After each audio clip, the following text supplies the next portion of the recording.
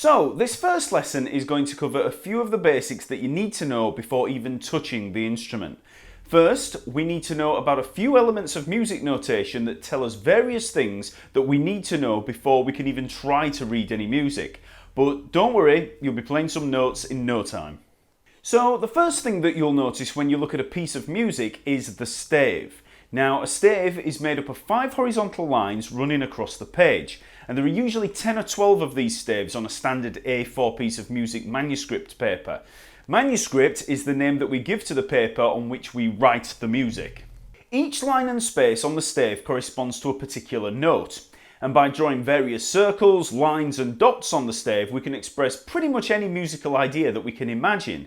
Because the stave indicates what note we should play, from a bass guitar perspective, each of those lines and spaces corresponds to an actual fret or one of several frets on the instrument. We just need to know which fret equals which note.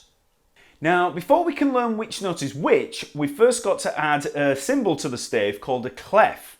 Now, a clef tells us which group of pitches should be assigned to the lines and spaces of the stave, because different instruments play in different registers. For instance, you wouldn't want to use the same set of pitches in writing music for a bass guitar and a flute, because the notes on a bass are so much lower.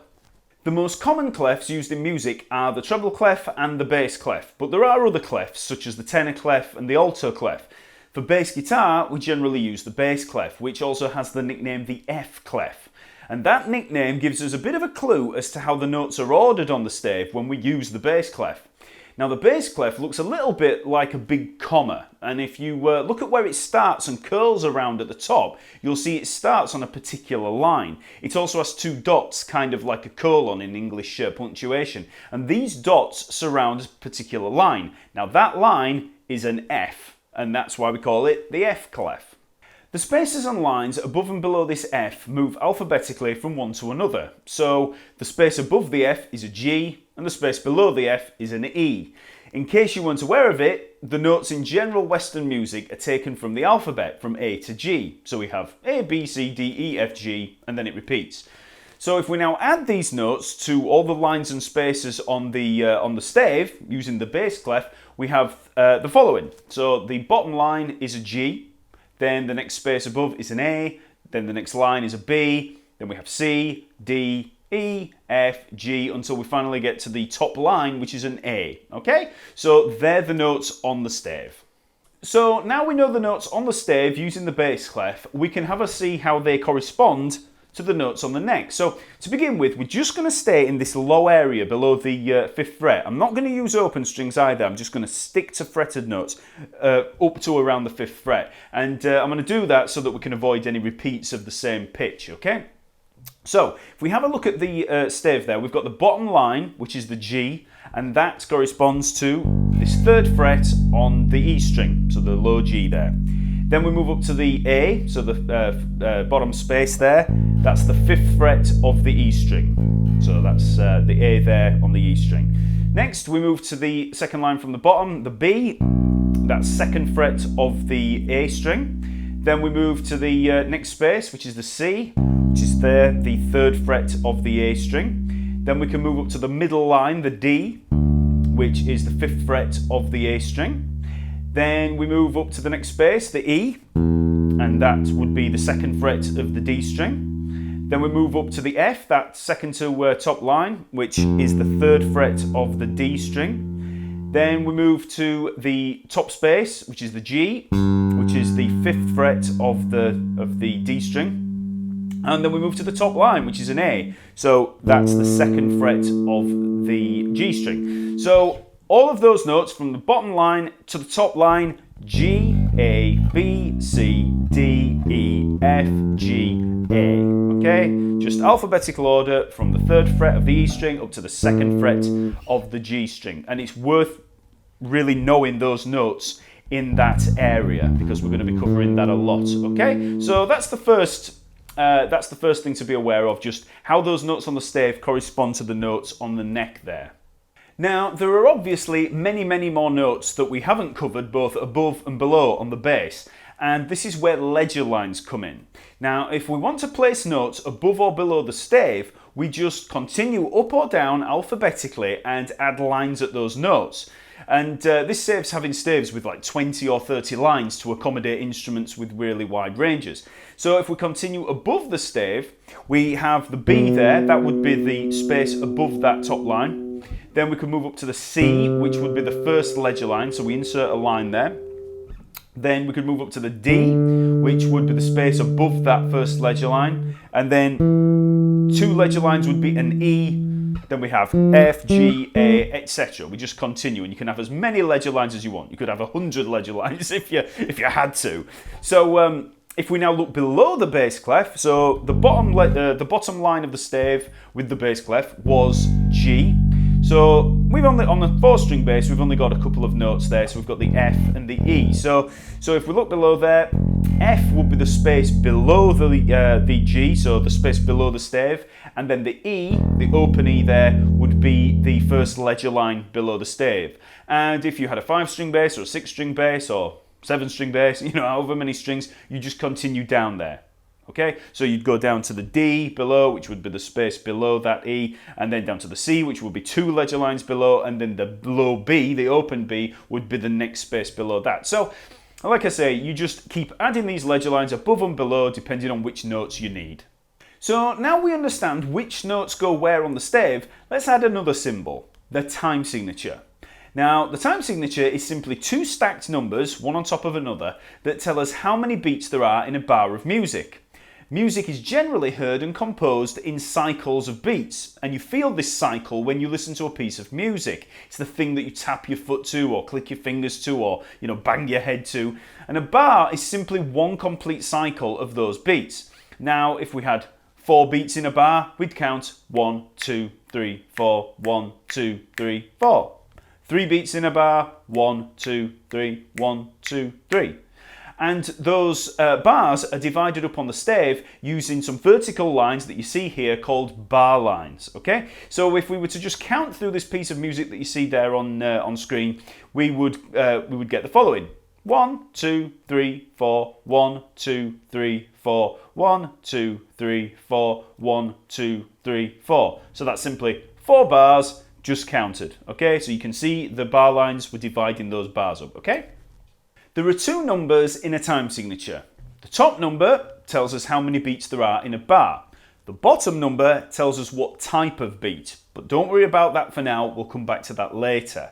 For now, you just need to know about that top number, okay? So if you see a bar of 4/4, you know there's going to be 4 beats in the bar. And we're going to count 1, 2, 3, 4, 1, 2, 3, 4. If you see 3/4, 1, 2, 3, 1, 2, 3. 2/4, 1, 2, 1, 2. Okay, so we're only looking at the top number for now. Now, a note is nothing without a rhythm assigned to it. So let's take a look at some of the most straightforward rhythms, okay? So the first one we'll have a look at is the whole note. Now, these rhythms have different names depending on whether you live in Europe or the US.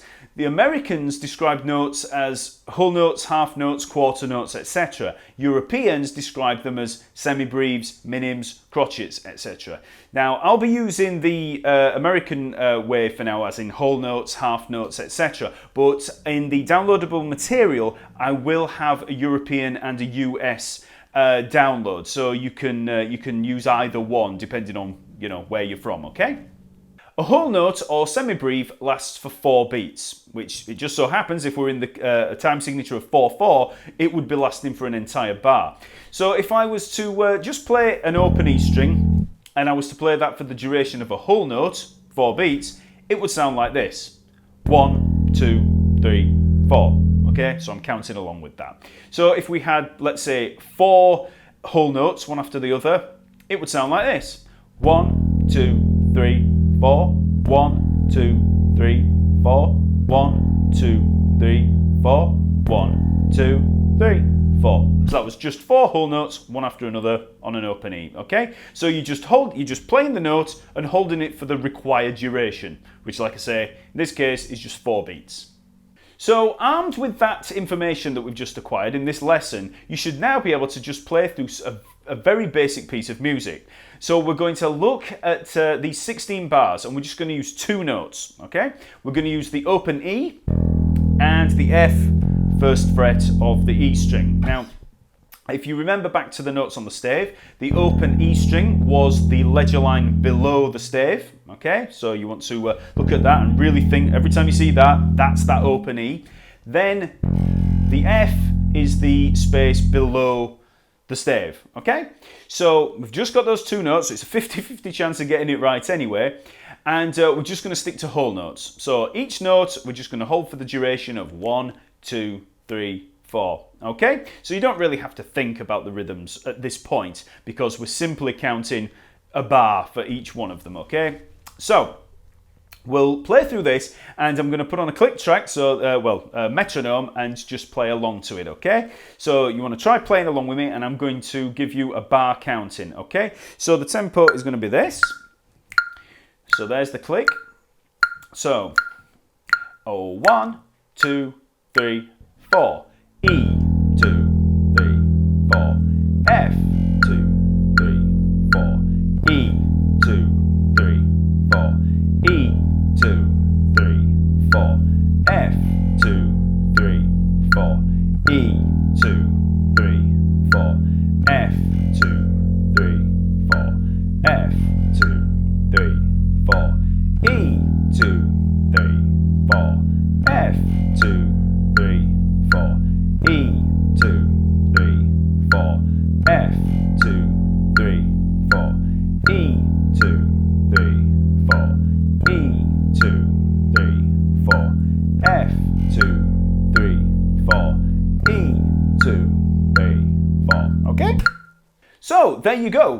You've played a very simple piece of music. Might only be 2 notes, but, you know, it's a piece of music. So you can see that we're simply placing that whole note rhythm on a particular line or space to indicate how long to play a particular note on the bass. And we're going to progressively add more and more notes and more rhythms, and it's amazing how fast you'll find yourself developing to the point of actually being able to play, get by on some popular bass lines. Because the easiest thing about bass, or the good thing about bass, is that a lot of bass lines are based on repetitive rhythms, and a lot of them are in a fairly low register. So it's amazing how fast you can, develop to a point at which you can play some of these bass lines.